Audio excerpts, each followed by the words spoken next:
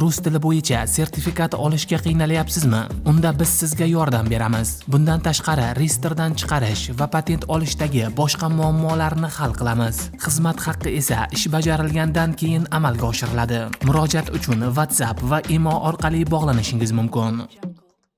Nursulton Ro'ziboyev O'zbekistonda bo'lgan sport turnirlari, ya'ni MMA, kulachiga, bokslar haqida gapirib o'tdi. Nursultonning aytishicha, janglarning natijasi qanday bo'lishini oldindan bilgan va shuning uchun u bu turnirlarga bormagan. Janglarning natijasi qanday holda yakunlanishini bilgandan keyin nima keragi bor borishni? Ko'p gapirgandan ko'ra bir marta ko'rgan afzal deydi. Do'stlar, videoni o'zdan ko'ringlar va baho berishni unutmanglar. O'z fikrlaringizni kommentariyaga yozib qoldirishni ham unutmanglar.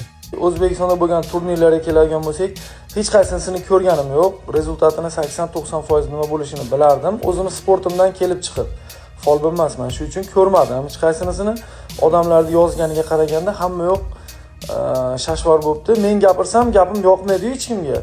Prosta to'g'risini gapirganligim uchun yoqmaydi. Yoqmasa o'zlari biladi, birovga yoqay deb gapiraman. Shuning uchun meni fikrimni tushundinglar.